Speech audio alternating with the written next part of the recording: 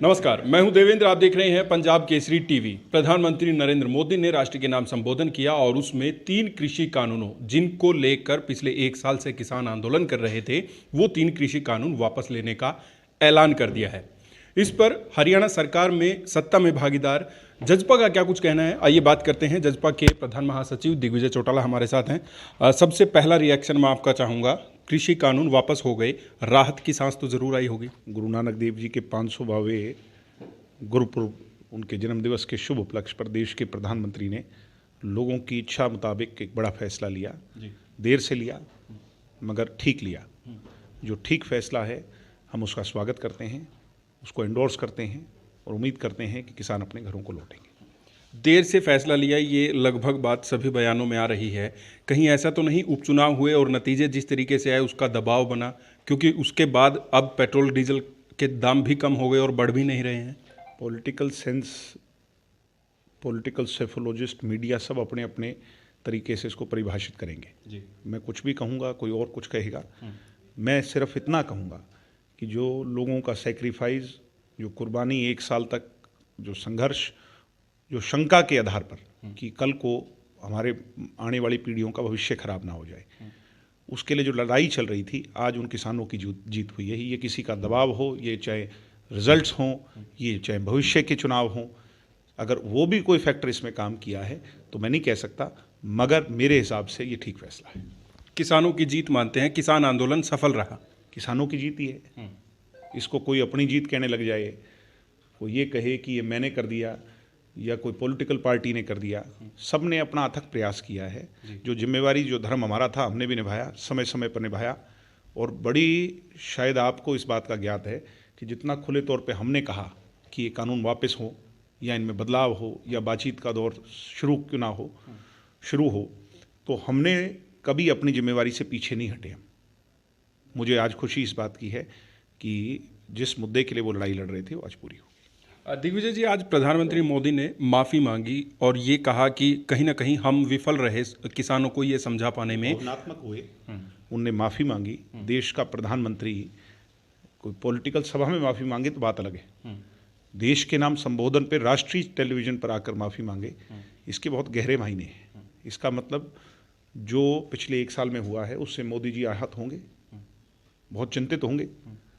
और उनने किसान के लिए 2014 में और 19 में जो प्रोमिसेस किसान को किए हैं, कमिटमेंट किसान को किया है, वो उसमें ही एक बड़ा रोड़ा अटक गया। और आगे गाड़ी पहिया चलाने के लिए इसको पहले निपटाना ज़रूरी था। इन्हें एक बड़ा राजा, एक अच्छा राजा की ये पहचान है कि अगर वो कहीं गलत हो तो वो खुले दिल से उसके लिए क्षमा याचना भी करता है। हरियाणा विधानसभा में 3 कृषि कानूनों के समर्थन में प्रस्ताव पास किया गया था। आज अभय चौटाला से जब हम बात कर रहे थे, उन्होंने कहा कि जब प्रधानमंत्री ने माफ़ी मांगी है तो मुख्यमंत्री को भी माफ़ी मांगनी चाहिए और जो प्रस्ताव पास किया उसको वापस लेना चाहिए। अब ये तो बड़ी अजीब सी बात हो गई। 3 कानूनों के पक्ष में बहुत से लोग बोले थे, बहुत से लोगों ने उसका विरोध किया था जी।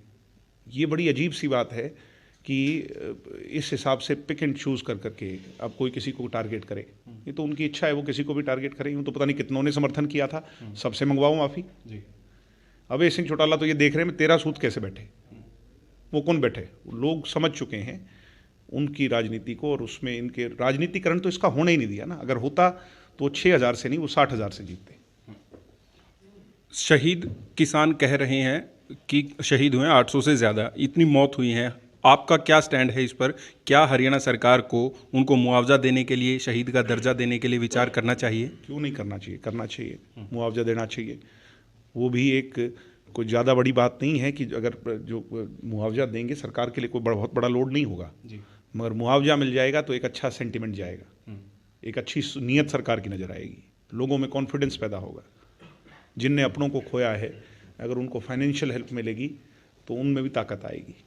वो ये मानेंगे कि हाँ, हरियाणा की सरकार हमारे लिए सोचती है। इन 3 कृषि कानूनों के वजह से जो आंदोलन हुआ, प्रदर्शन हुआ, उसमें मुकदमे दर्ज हुए थे, क्या उनको वापस लेने के लिए आप पैरवी करेंगे? मैं तो पहले से पैरवी कर रहा हूँ, आज से नहीं। जब कुरुक्षेत्र में लाठियाँ चली थी तो सबसे पहला बोलने वाला दिग्विजय चौटाला ही था, आपको याद होगा। मैंने जा कर के माफ़ी मांगी थी, मैंने बुजुर्गों से माफ़ी मांगी थी। मैंने कहा था कि हमारी सरकार में अगर ये हो रहा है तो बहुत दुखद है। अगर जो कोई भी का इसमें वो मुकदमे बने उनको वापस लेते हुए सरकार को दोबारा नहीं सोचना चाहिए, ले लेना चाहिए। जब देश के प्रधानमंत्री ने बड़ा दिल दिखाया, फिर तो ये तो हरियाणा की सरकार है, इसको सोचना चाहिए। बिल्कुल, आपने, मुझे अभी भी याद है, आपने कहा था जब पिपली में लाठी लगी कि वो किसानों को लाठी नहीं लगी, देवीलाल के परिवार पर वो लाठियां लगी हैं।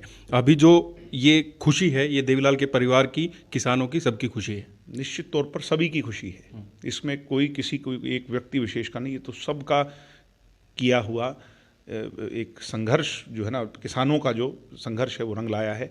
ये सबसे ज़्यादा खुशी उन लोगों की है जिन्होंने बॉर्डर्स पे बैठ करके इस आवाज़ को उठाया। आपका मानना है किसानों को अब वापस चले जाना चाहिए? क्यों नहीं चले जाना चाहिए? जो लोग अब ये कह रहे हैं कि नहीं, जो है ना, पार्लियामेंट का सेशन आने दो, वो लोग तो 10 दिन उनको और परेशान करवाना चाहते हैं। अगर मोदी जी अपनी राष्ट्रीय टेलीविज़न पे कहीं भी बात पर भी अमल नहीं करेंगे तो कल को क्या उन्हें इलेक्शन नहीं लड़ने के? उनकी तरफ से एमएसपी का कानून बनाने की मांग भी है। एमएसपी का कानून हरियाणा में तो है ही, हरियाणा में तो हम एमएसपी दे रहे हैं जी। तो हरियाणा में तो वो मुद्दा ही नहीं है। निश्चित तौर पर दूसरे प्रदेश के जो किसान हैं, शायद पंजाब में भी मुद्दा नहीं है, ये तो टिकैत साहब ने उठाई है क्योंकि यूपी में एमएसपी नहीं है और अन्य प्रदेशों में नहीं है, होनी चाहिए। हम तो इस बात को शुरू से कह रहे हैं, जैसे हरियाणा में मिल रही है वैसे देश के हर किसान को एमएसपी का लाभ मिले। इसका फॉर्मूला क्या हो, क्योंकि इसका बजट बहुत हाइपोथेटिकली बड़ा है, देखे जाए तो देश का जितना बजट है उससे ज़्यादा बजट ये हो जाएगा। मगर सरकार ऐसा फॉर्मूला निकाले कि कम से कम 1 या 2 फसल प्रमुख फसलों पर तो दे, जिससे उनका भला हो जाए। चलिए, बहुत बहुत शुक्रिया। दिग्विजय सिंह चौटाला, जजपा के प्रधान महासचिव, मेरे साथ थे। 3 कृषि कानूनों को वापस करने का जो ऐलान प्रधानमंत्री नरेंद्र मोदी की तरफ से किया गया है, उसे लेकर चर्चा की। मैं हूं देवेंद्र, देखते रहिए पंजाब केसरी टीवी। नमस्कार।